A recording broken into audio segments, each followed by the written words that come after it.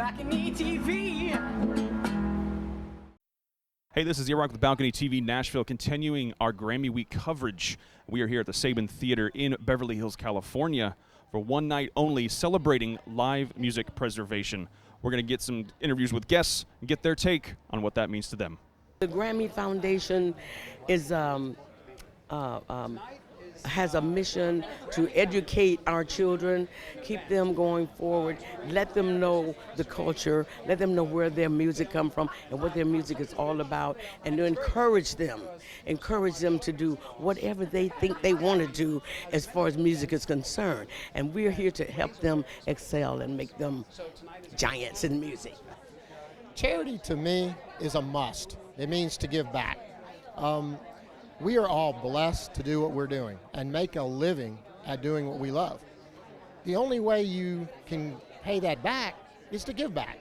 And how do we give back? Mentor kids. Let them know that you can get there from here. So we're there to help. And we're there also to preserve the music, to make sure that it's there for people to go back and go, wow, look what they did in Woodstock. You know, because we're giving grants to people who find, old wax cylinders that maybe Furry Lewis recorded in his basement. And we're going, oh my gosh, we got to get those somewhere and get them down. We got to save those. So that's what I love about this group. You have to give back. It completes you when you give back, and just of time, or just saying thank you, or being there and being supportive. The programs that they have in place to put instruments in the hands of young kids, that's probably the coolest thing to me, about it. And when I was growing up, it was programs like that allow me to play instruments in school. And so if that wouldn't have happened, my life may have taken a different direction. So tonight we're celebrating live music. The Grammy Foundation, what does this mean to you? Well, for me, first of all, talking with Neo and Sharon, I grew up my whole life. All I ever wanted to do is play music. I've spent a lot of time, last year I got voted most tour dates on the road. I spent almost a little over 9 months playing just about every place around the world. And for me, I don't use the in-ears. We don't use the Pro Tools. We go out and play real live music. And I think that's why they'd asked me to do this. So like Bret, we know you, I know Neil, Sharon, and when they asked me to do this, I was honored. Touring to me is such an exciting, it's a privilege. You get to go out there, you get to travel with your friends on a tour bus. And tour buses are really cool, and you get to go to these different countries. I mean, I've played Eastern Europe, and I go to China and Russia, and I get to go out and see these places and meet the people and feel their energy, and then you get to get on stage and actually create with them. And there's an audience that wants to hear it and feel it. I don't think I ever, struggled a day in my life in this business, because I've always just loved doing that, and it's always been there. The experience, when you hear pros play live, it's an awe, because most of the music that we hear today is synthesized.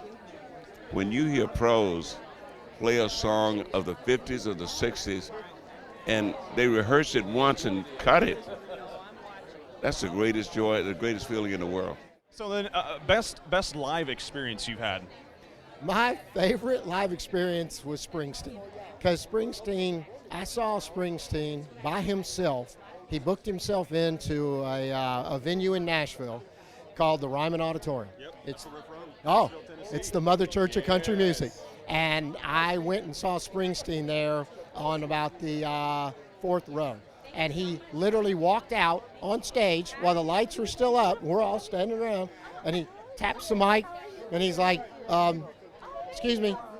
Looked up, it's supposed to be, you think it's like a DJ going to tell you about the concert. It's him. And he goes, I booked myself in here because I grew up listening to the Grand Ole Opry, and I'm going to come out and play you some songs. I'll be back in a minute. And he put a stool down. Patty came with him. She handed him his guitars. He didn't even have a guitar tech with him, and he played all night, and it was awesome. That sounds amazing. Best live performance. Oh my God. Ever? Ever? But ever? I think, the Beatles at Shea Stadium. I don't know.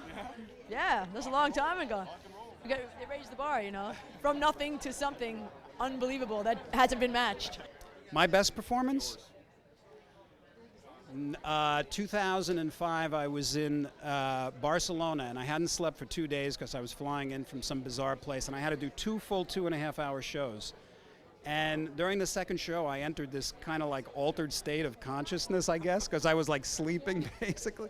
But like I had like, you know, you get that slap happy, crazy energy, and something happened. I just was on fire. I mean, I felt just inspired, like I had never been before. It's like everything I did and everything I thought just seemed to be real.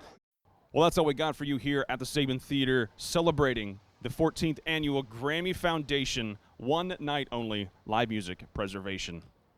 I'm E-Rock. Peace.